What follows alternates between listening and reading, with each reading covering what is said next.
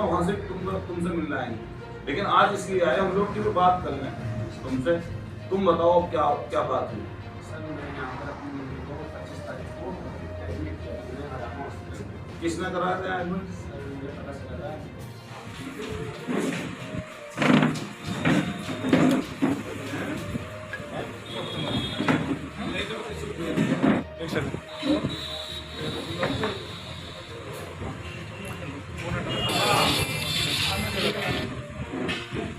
भाई क्या उद्देश्य था, किस मुद्दे को लेकर आज आपने आए, किससे क्या था?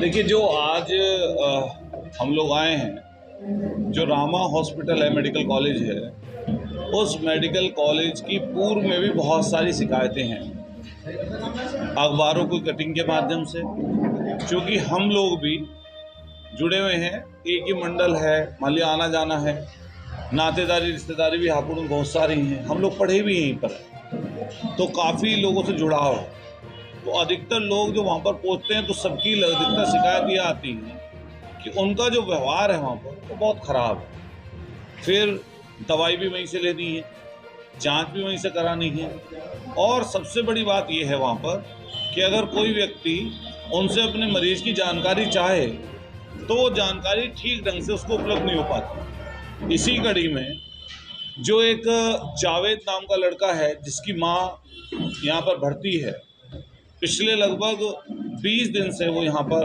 पेशेंट के रूप में है। हम लोग उससे भी, माननीय अध्यक्ष जी, सारी पार्टी के वरिष्ठ लोग हापुड़ जिले के, हम सब लोग वहाँ पर जाकर उस परिवार के व्यक्ति से मिले। वो जो महिला है जुबेदा, क्या नाम है था, जुबेदा जो महिला है, उनका बेटा है जावेद, उससे हम लोग मिले और पहले तो बड़ी आनाकानी हुई। वो था हमारे पास तो चुपचाप से किसी ने पता नहीं क्या कहा, चला गया बेचारा, फिर वापस आया, बुलवाया हम लोगों ने। तो हमने जब उससे बात की तो उसने एक एक बात विस्तार से हमको बताई, जानकारी दी। आप भी पत्रकार हैं, आपको भी पूरे हापुड़ के पूरे घटनाक्रम की जानकारी है।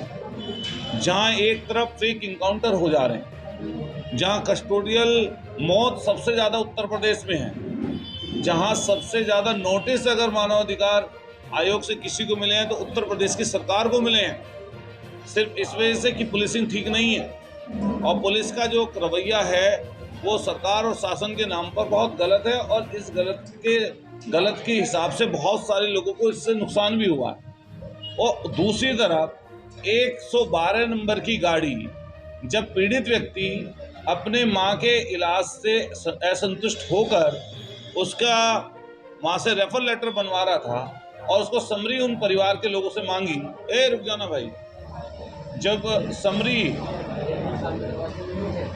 मांगी डॉक्टर से तो पहले तो समरी देने के लिए मना कर दिया, पहला नंबर। और दूसरा नंबर, फिर जब समरी देने के लिए कहा तो समरी गलत दे दी। उस गलत समरी को उसने डॉक्टर को दिखाया, किसी हमने अपने डॉक्टर को, और डॉक्टर ने कहा इन्होंने ठीक ढंग से चीज नहीं लिखा, तो उसको भगा दिया। उस बेचारे ने परेशान होकर 112 नंबर, जो हमारे आपकी सुविधा के लिए जो पूर्व में माननीय अखिलेश यादव जी ने 100 नंबर से चलाई थी, उस 112 नंबर पर फ़ोन करता है। फ़ोन के बाद में वो गाड़ी वहाँ पर पहुँचती है, पुलिस वहाँ पर जाती है, इसकी जानकारी जुटाती है। वो जो वहाँ पर दरोगा थे 112 नंबर की गाड़ी पर, उससे वहाँ के जो गार्ड्स थे या जो इंचार्ज थे उनके साथ बदतमीजी करते हैं। बदतमीजी करने के बाद वो अपने सीनियर्स लोगों को बताते हैं। सीनियर लोगों को पता होने के बाद वहाँ पर सीनियर लोग पहुँचते हैं, इंस्पेक्टर पहुँचते हैं, चौकी इंचार्ज पहुँचते हैं। जब इंस्पेक्टर चौकी इंचार्ज पहुँचते हैं, उनसे भी वही रवैया अपनाया जाता है। फिर उसके बाद में सीनियर लोगों को और भी एसपी या किसी और को सूचना दी गई होगी तो फिर और फोर्स गई होगी वहाँ पर। तो मुझे लगता है कि वहाँ पर कोई तोड़फोड़ तो हुई नहीं, ना किसी के साथ मारपीट हुई। तो पता चलता है कि इतना ताकतवर था वो अस्पताल का मालिक, जो भी रहा होगा, पता नहीं कहाँ से इतनी ताकत आई उसके पास, कहाँ से इतना वो बलशाली बन गया कि एक एसपी निपट गए, एक एडिशनल एसपी निपट गए, इंस्पेक्टर निपट गए, चौकी इंचार्ज सस्पेंड हो गए, 112 नंबर वाले भी आज सस्पेंड कर दिए। सोचो, एक तरफ आप दम भरते हो सबके साथ सबके विकास का, आपको वो नाम नहीं पचा क्या वो नाम नहीं पचा? क्या उस नाम की वजह से आपको दिक्कत हुई? उसका नाम जावेद था, क्या इस वजह से तकलीफ थी आपको?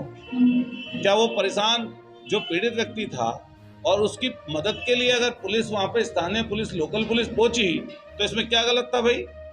लेकिन ये सरकार की पूरी उस व्यवस्था पर सवाल प्रश्न चिन्ह उठता है जिसमें ये सरकार पूरी अपनी मनमर्जी से काम करना चाहती है। माननीय अखिलेश यादव जी ने लगातार सभाओं में लोकसभा की में कही ये बात कि जिस तरीके से अग्निवीर इस सरकार की, केंद्र सरकार की देन है, इसी तरीके से उत्तर प्रदेश में भी ये पुलिस को अपना एक तरीके से गुलाम बनाना चाहते हैं, निष्पक्ष नहीं रहने देना चाहते। और जब अगर कोई सही काम करना चाहेगा भी तो उस पर इतनी बड़ी इस तरह की कार्रवाई, मुझे तो लगता है पिछले 15 और 20 सालों की, हमारे 20 सालों की पॉलिटिक्स में, सामाजिक जीवन में इस तरह का वाक्य हमने कहीं नहीं सुना कि एक बड़े घन्ना सेठ के कहने पर, जिसकी रोजाना की शिकायतें आम हैं आसपास के इलाके में, आसपास की जगहों पर, और जो लगातार लोगों के साथ दुर्व्यवहार करते हैं, और जिस तरीके से medical college, private medical college लगातार बाढ़ से आती जा रही है, गरीब आदमी जाए कहाँ, किससे अपनी बता कहे? अगर यही इलाज सरकारी अस्पताल में हो गया होता उस बेचारे का, तो ये व्यक्ति को प्राइवेट मेडिकल कॉलेज में थोड़ा आया हुआ होता। वो इसलिए आया कि मुझे बेहतर इलाज मिलेगा।